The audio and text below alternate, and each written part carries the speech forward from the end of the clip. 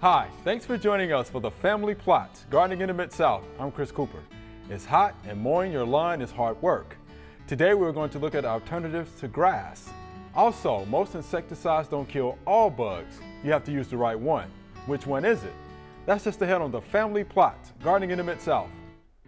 Production funding for the Family Plot, Gardening in the Mid-South is provided by the WKNO Production Fund, the WKNO Endowment Fund, and by viewers like you. Thank you.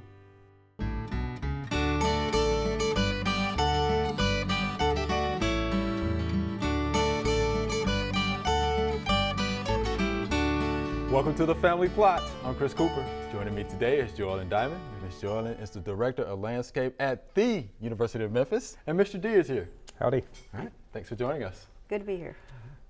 All right, Joellen, let's talk about lawn alternatives, right? Not everybody wants a nice, plush, beautiful zoysia or Bermuda lawn, right? No. Right. And first we got to find out what do you want to do with your yard? Right. I mean, you've got all this space around your house. Mm-hmm. What is it? How do you use it? What is it used for? Okay. And maybe you can do something different with it. Also, do you have kids? Do they need to run around on something large and flat? How about pets? Mm-hmm. Now, dogs don't necessarily need grass all the time. Okay. So any surface they'll run on. They'll have fun, you know. So pets, you don't have to have a lawn just for, you say, oh, well, I can't get rid of my lawn because I have a dog. No, they don't care. Right. They don't care. They really don't care. Also, you might have a steep slope that you don't want to mow anymore, and that would, you know, be nice to have something different on it. Sure. Also, you might have a shady area under a tree. Mm-hmm. Can't get grass to grow. Mm-hmm. Or there might be small spaces on maybe the north side or a niche somewhere around your house that doesn't get a lot of sunlight and grass doesn't grow. All these zero lot lines now, you know, there's very small space, and on the north side sometimes grass there's not enough light to grow because the building is there. Mm-hmm. So we just got to think about how you're going to use the space first, or what the problem is that you're trying to solve. Okay. Now, one thing you do need to remember, I know you don't have to do something every week with an alternative, but you still have to maintain it at some point. So it still has to be maintained. Yeah, there is no such thing as a no maintenance landscape. I was waiting for you to say that. There is no sense of, you might save your time every week, but you're going to have to work out there at some point. Good point. So let's go over the expensive things you can do. Look at Mr. D. Put in a pool. He knows. You know, it's hot outside. Put in a pool. Yeah, that's an expensive one. How about a basketball court or a volleyball court? There's a lot of people that build up sand and make their own permanent volleyball courts out there. A putting green, but made of artificial turf. Artificial turf, all right, Then let's talk about artificial turf, because that's used a lot in the Southwest and in the xeriscaping, because they want the green look, but they can't grow grass, so they don't want to use the water for grass. Takes a lot less water. A lot less water. And mowing, but it still has to be maintained. Okay. And wear it out. Yeah, it still has to be maintained. Okay. How about ponds to put fish in? In fact, I remember seeing a whole backyard that was a series of ponds that were all connected. They had a lot of koi fish in them. And then they had paths over them with patio areas here and there and landscaping, and it was really nice. Yeah. But that's kind of expensive to do. Right, you got to maintain those too, yeah. And you have to maintain that, yes. All right, well, so those are the expensive things. Now, some of these other things can be expensive, but they're not as expensive. Like gravel. Like gravel, yes. We're going to talk about hardscapes. All right. Flagstones, all different kinds of, Arkansas flagstone. There's blue flagstone. There's all kinds of stone out there that you can make paths with. Okay. And you can either cement them together and make it nice and flat, or you can just set them on the ground and then plant little dwarf plants around them, so it's not solid landscaping. Yeah. Then there is bricks and brick pavers. Concrete pavers that look like bricks that you put together. There are rocks. There's mulch. Yeah. There are seashells. But you know what? I would highly recommend, and most places that have especially rocks as part of the landscaping, they will put landscape fabric down first. Uh-huh. So because our soil around here, if you Weeds. step on those rocks, you're going to they're just going to end up into the soil, then- and okay. then it's defeating the purpose. Right. But in the same token, you can do a lot of interesting things with different rocks, and I have seen that. But if you let the leaves and debris fall on that and don't pick it up, it's going to just decompose, and then you're going to have the same problem with your rocks where there's going to be organic matter for weeds to grow. Yeah. Right. Yeah. So Weeds you've is got to what I see. there's maintenance to all of these different things. There is something called a porous concrete. They're doing this a lot. You pour water over the concrete and just goes right straight through it. Yeah, I've seen those. And so it really, really nice. It kind of expensive. I've seen people put that on their driveway in strips. Just where the tires go, and then they'll plant low ground cover in between. Yeah, the old Hollywood Drive is what they call that. Yeah. Okay. Yeah.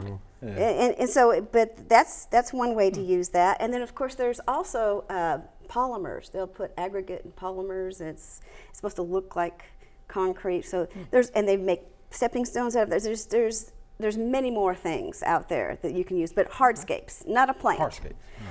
Then we got to talk about plants. Okay, so you Right. say, well, I don't want to do any of those things, or I don't have enough area that I want to do. I want to do something else. Okay, there are people that use meadows as their yard.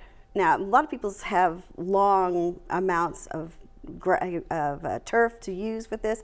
Large properties, they will get meadow mixes from different parts of the country. They're formulated for different parts of the country, so you can get a meadow mix, and you can find ornamental grasses and plants that are native to your area, and then you plant those instead of grass. See that? Okay. All right, so that's one thing you can do, and that's kind of, popular. And I had a ornithologist friend of mine who said he was going to do that with his yard because the meadow. The meadow, because he thought it would attract more birds. So you don't mow it, you just kind of let it grow up? Yeah, it's because it's all native and it doesn't get real high or tall. So Okay. I got some native stuff at my place that gets real tall. it's real tall. Well, some of the native probably stuff is in- mare's tail, Yeah. and it'll get 12 feet tall. Well, see, and that's one of the problems that we are going to have in this area with changing anything other than grass, even though we have the same problem with grass, is we have a lot of weed pressure here. Yes, we do. Yeah. We are in a transition zone, so we get northern weeds and southern weeds and everything in between. And Eastern weeds and western weeds. we have them perennial all weeds covered. and annual weeds. Yeah, we we got 'em have winter weeds and summer weeds. So that is going to be the major problem in the Mid-South here with us trying to keep something else other than lawns. Because the weeds, if my lawn is mostly crabgrass anyway, So is mine. It'll and look not bad. grass. It wouldn't be green if it weren't for those two. That's right. That's right. So, Can relate to that. there's weeds everywhere. But another thing you might try is mass plantings. There's, just a series of beds with your flagstone in between, and just have trees, shrubs, plants, perennials, annuals, just mix it all up and just have different areas and just mass that kind of planting. Which would help cut down maybe on some of your weed pressure. It would. just a Now, canopy. if you've got shady area, moss. Moss. Moss I've is seen a really lot of- popular. Yeah, I've seen a lot of And moss looks lawns. really, really good in It the does, shade. yeah. And I don't, it really does more mimic lawn than anything look else good. that I can think of. And it's very easy to maintain. So, moss is a great alternative for a shady area. Okay. Another thing that seems to be popular is clover, both Dutch clover and red clover. Right. But I was thinking about that, and that can be a foot tall or so, or get up that way. And if you have animals and kids that are running around, that might be a little prohibitive for them to run around on. Right. But if you don't, that would be a great alternative. And you might, if you're running around barefooted, you might get stung by a honeybee. You might. I'm speaking from experience. I've Oh, done so you that know before. that. Yeah, All right. you might get stung by a bee. You never know. And of course, there's all kinds of plants that are used as ground covers. We've got mondo grasses. We've got Vinca major and Vinca Yeah. minor. We've got shrubs that are small, like junipers. There's a lot of yeah. ground-hugging junipers that will do great in a sunny or on a slope area. We've got oh, good grief, Nandinas that are dwarf, monkey grasses, creeping jenny, ajuga. I mean, the list goes on and on, and it can. And we're talking hostas, daylilies, shade. They've got stuff for shade. They've got stuff for partly shaded. They've got stuff for sunny. So anything will work. You can plant something anywhere. Just remember, there is going to be some maintenance with it. It's going to be some maintenance. Yep. You hear that, Mr. D? I hear that. Yeah, some more than others. Some more than others. Joel, that was good stuff. Thank you much. Thank you much.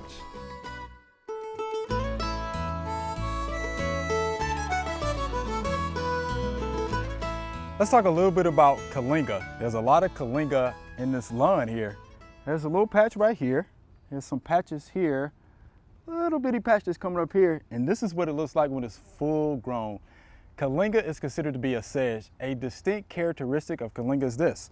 You have the little seed head, okay, a little seed ball here, and then right underneath that seed head will be 3 leaves, okay? So again, seed head, 3 leaves. That's a distinct characteristic of Kyllinga. In a lawn situation, you could use image to control Kyllinga. Read and follow the label. But in a situation like this, where it's growing around some of your desirable plants, the best thing would probably be to pull it out, right? Because you definitely don't want to use a chemical here because you might get it on your desirable plant. Here's a blueberry. So again, I would just pull as much of this Kyllinga out as possible.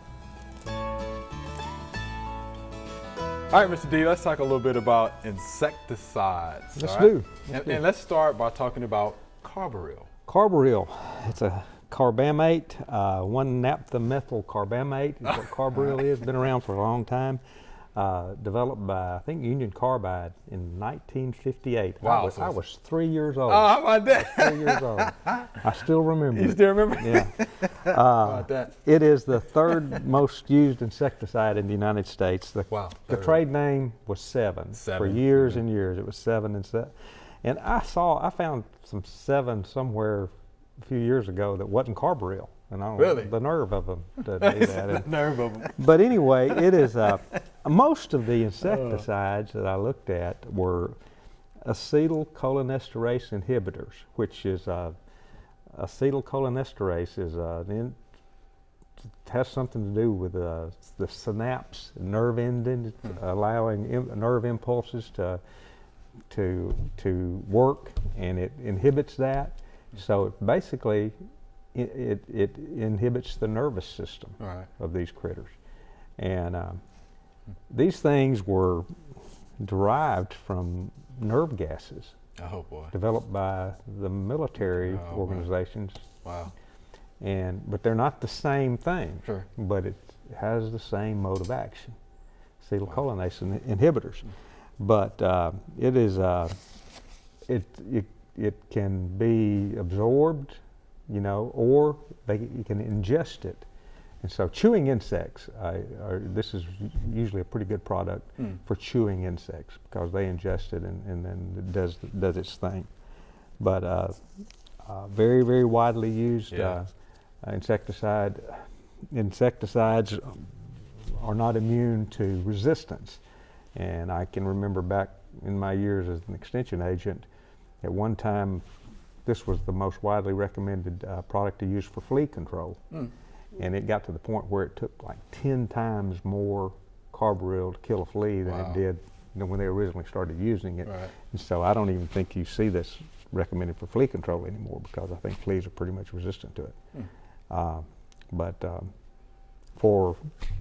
It's not a restricted use pesticide. You know, you follow the label, and it will take care of still commonly recommended for a lot of the chewing insects. I think squash bugs and a lot of caterpillars that it'll work.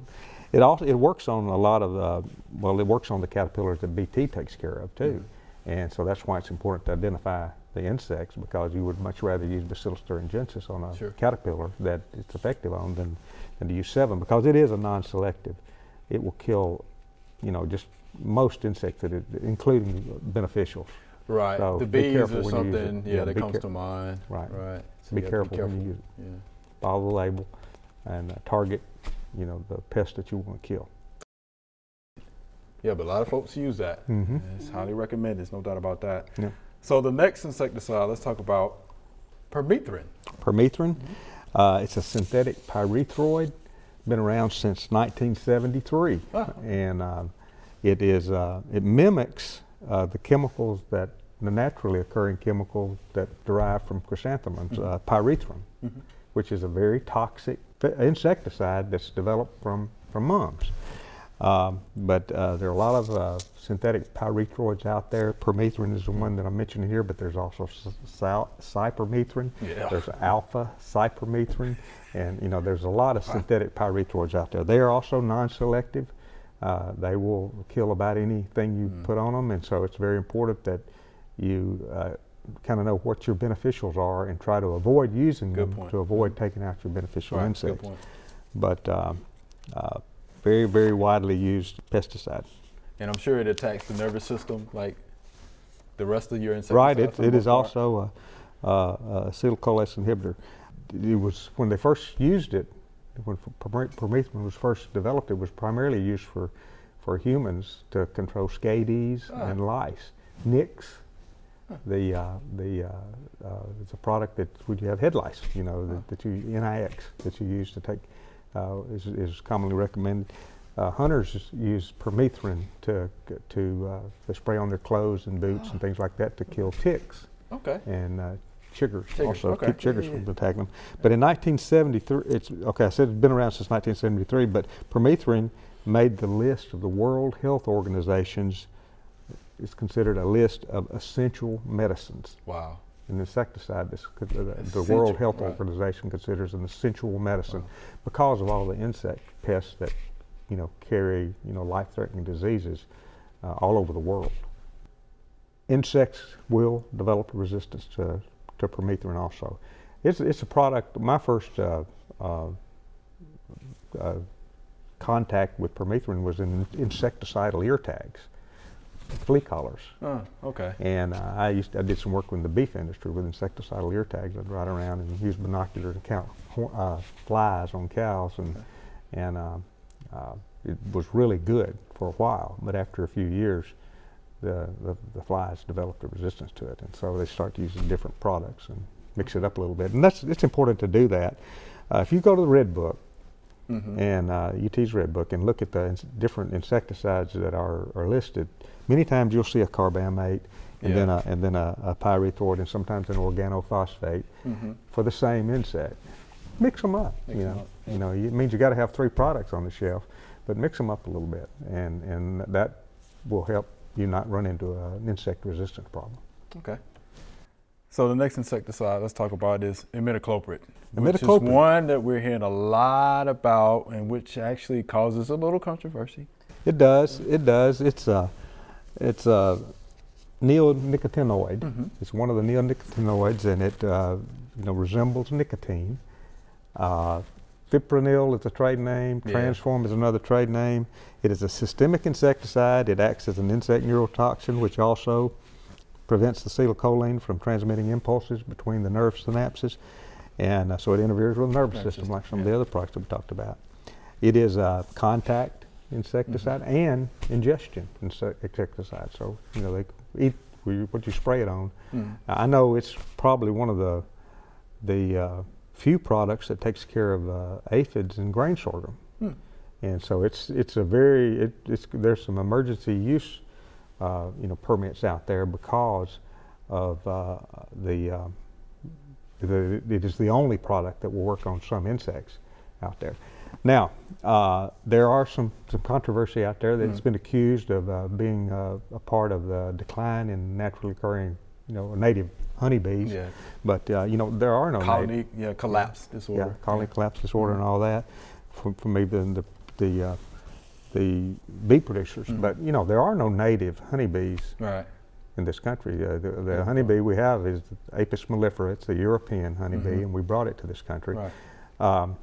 And there's been some research. There's been quite a lot of research done, and some of the research I've seen is it's more of the research I've seen has not traced it directly to neonicotinoids. It's been several things. It's been a diet. It's been hive beetles, a Mm-hmm. combination, Yeah. you know, mites and, Right. and things like that have been part of the problem. Yeah, and we actually But- had the Bartlett Beet Whisperer, David Glover, was on here telling us that. Right, Yeah. right. Yeah. So I think some of the negative press that's gotten is not deserved. Follow the label, and it's a very, very widely used. I mean, it's used used for termite control in homes and flea control, and it's just very non-toxic to mammals. So it's safe as far as people are concerned. And You read the label. read the label, follow the label. Read and On eat. all of these. That's right. All right. So thanks, Mr. Davis. Good stuff. Okay. Good stuff. Our blueberries have done really well this year. As a matter of fact, we've already begun harvesting them. The Bermuda grass around the blueberries have done well also, and that's not good.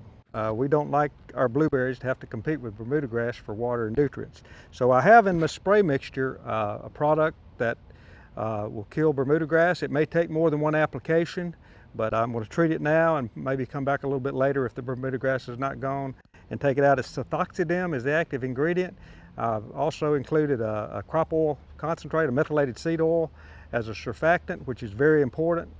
If you don't include that, the herbicide won't work. So I'm just going to try to do as good a job as I can, and I'm going to kill a pretty wide swath here because I don't want this Bermuda grass to mess with my blueberries.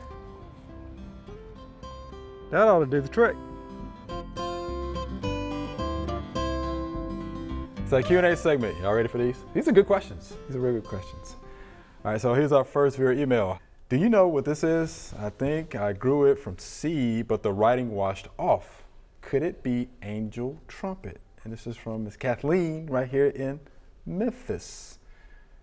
Angel trumpet, if you look at the leaves, all right, you look at the little They're kind of fuzzy looking. yeah, fuzzy, little purplish stems. Yeah, and it got a kind of thick texture to them, little fuzzy on the leaves. Makes me Nice. think. Yeah, I would think she's probably right.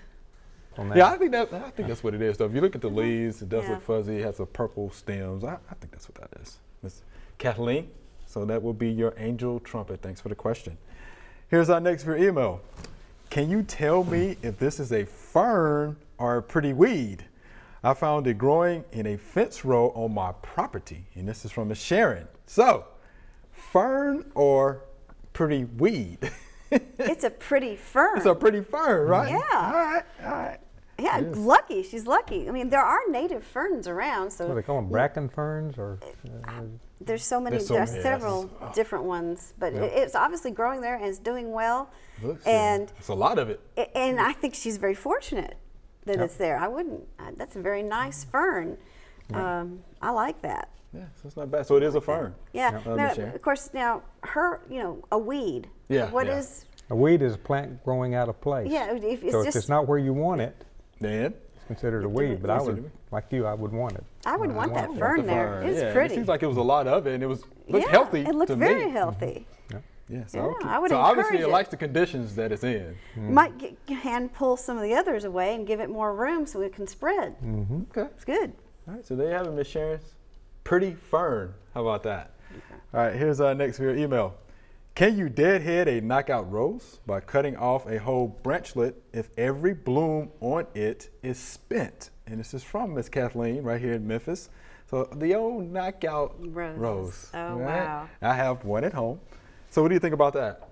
Do you think it's necessary to prune off? No, or you cut off don't a have to whole cut the whole branchlet? because you're Nah. and all roses. You're supposed to cut back the branch after the spent bloom is gone to the fifth or seventh leaf one, and then you want to cut to an outward a leaf that is facing outward Right. because you want to get the plant to spread out for air circulation because of all the disease problems with roses. You give as much air circulation as possible.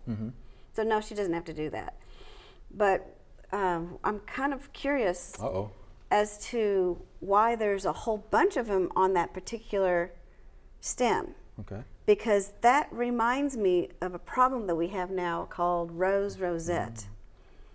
And if that's the case, I mean, not with the picture, we don't know. Right, we don't know. But if it does have rose rosette, you might as well just take out the whole plant.